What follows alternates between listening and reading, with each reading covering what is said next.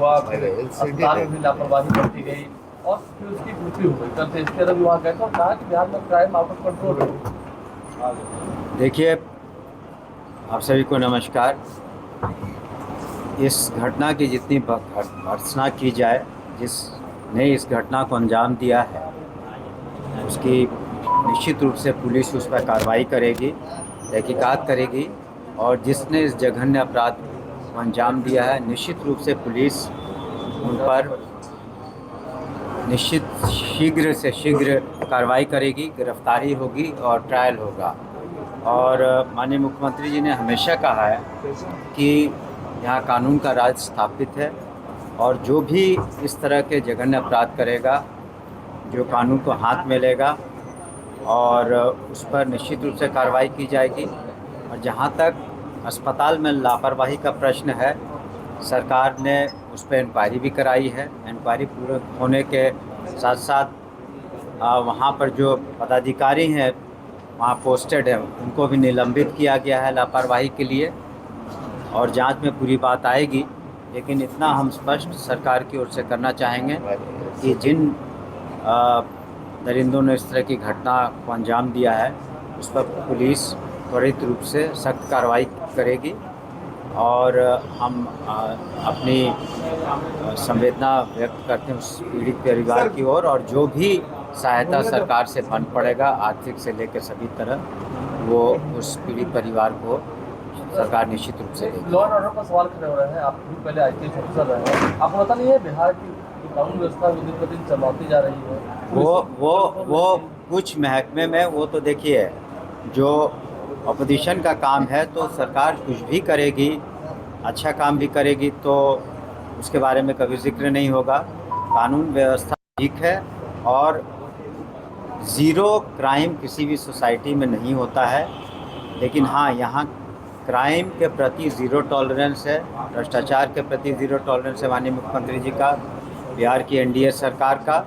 और जो भी इसके लिए हमने कहा, और अन्य अपराधों के लिए जो भी जिम्मेवार है, उस पर निश्चित रूप से पुलिस कार्रवाई करती है। पूर्व में भी पुलिस ने कार्रवाई की है और इस केस में भी निश्चित रूप से कार्रवाई करेगी। और ये कहना कि कानून व्यवस्था ठीक नहीं है, ये एक बेबुनियाद इस तरह का आरोप अपोजिशन लगाता है, उसका कोई अर्थ नहीं है। आम जनता जानती है और उन्हें पूर्ण विश्वास इस सरकार में, माननीय मुख्यमंत्री श्री नीतीश कुमार के नेतृत्व में।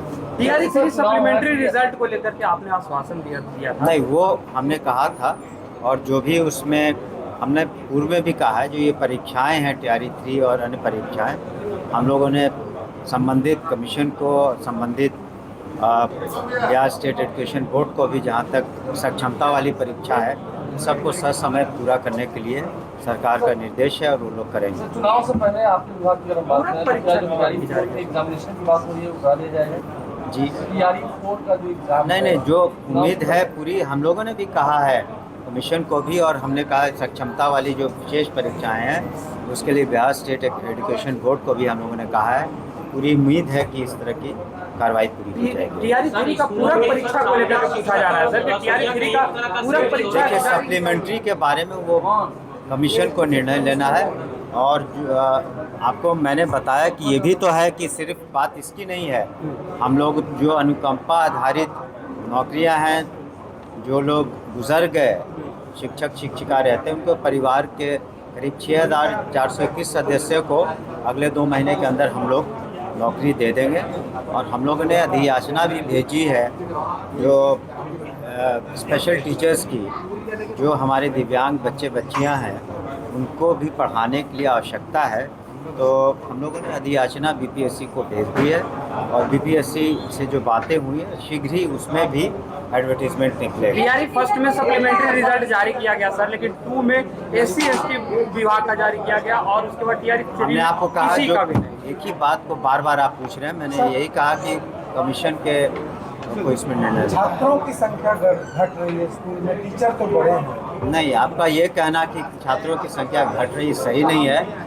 इस बार भी ये नामांकन काफ़ी हुए हैं और 1,76,00,000 से भी ज़्यादा संख्या में छात्र आए हैं। साल दर साल जो आंकड़े बताते हैं वो बढ़ रहे हैं। बच्चे विद्यालय नहीं पहुंच पा रहे हैं सर, इसके ये आप ही को पता होगा, तब आखिर 1,76,00,000 से हर साल बढ़ कैसे रहा है।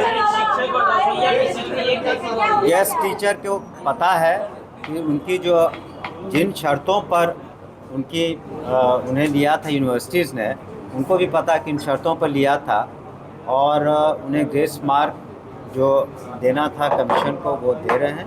तो ये कमीशन को इसमें निर्णय लेना है।